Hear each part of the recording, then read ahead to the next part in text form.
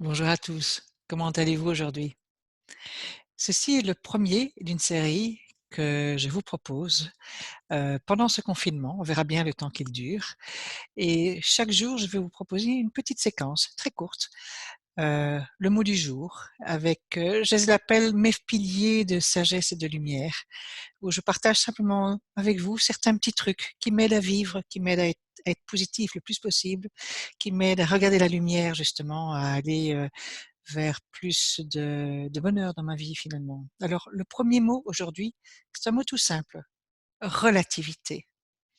Relativité. Si je vous parle aujourd'hui, c'est que vous êtes en train de me regarder. Et si vous êtes en train de me regarder et m'écouter, c'est que un, vous êtes en bonne santé.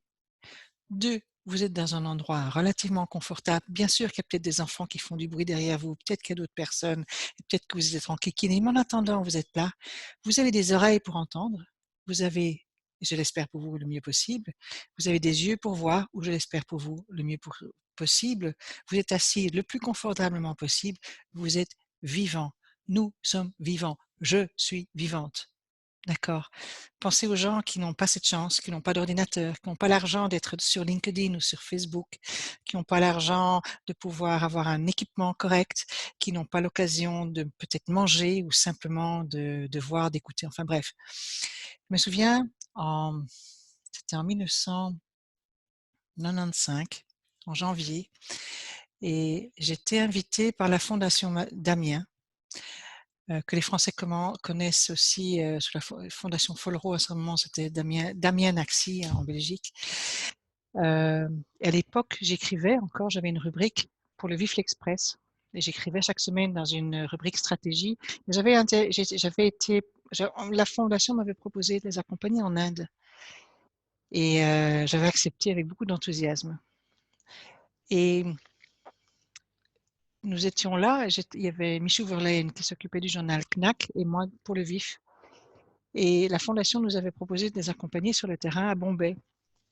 Et en fait, nous suivions des équipes, il y avait un médecin et des infirmières.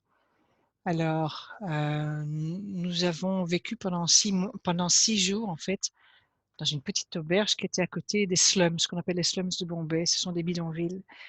Eh bien, j'ai été émerveillée par la dignité des gens. Ils ont rien. Ils ont une cahute en tôle ondulée. Je peux vous dire qu'en été, ça tape du 40-50 degrés sur de la tôle ondulée. C'est une étuve à l'intérieur. Je me souviens très bien, j'ai encore pris cette photo de ce père avec ses 3 enfants en train d'écosser des petits pois. Il gardait la cosse pour en faire du compost.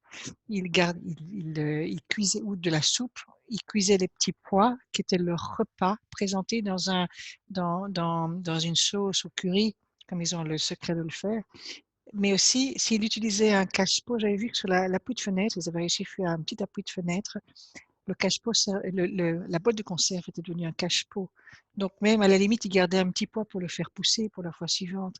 J'ai trouvé ça mais admirable, j'ai trouvé ça remarquable.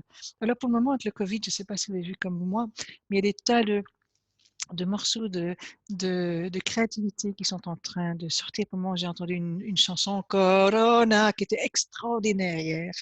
Des tas de gens qui font des concerts en fait de façon remote, chacun de Strasbourg en Bretagne, à Rouen, en passant par Marseille, ou même dans le monde. Corona, c'était plusieurs pays qui s'y mettaient. Je trouve ça remarquable.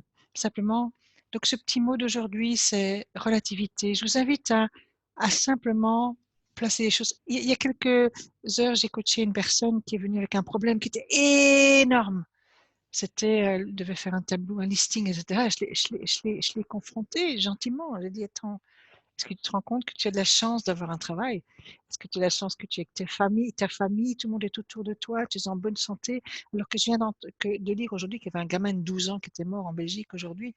Attends, on relativise. Alors, désolé pour ce gamin, ses parents doivent être dans un état épouvantable, perdre un enfant, il n'y a rien de pire.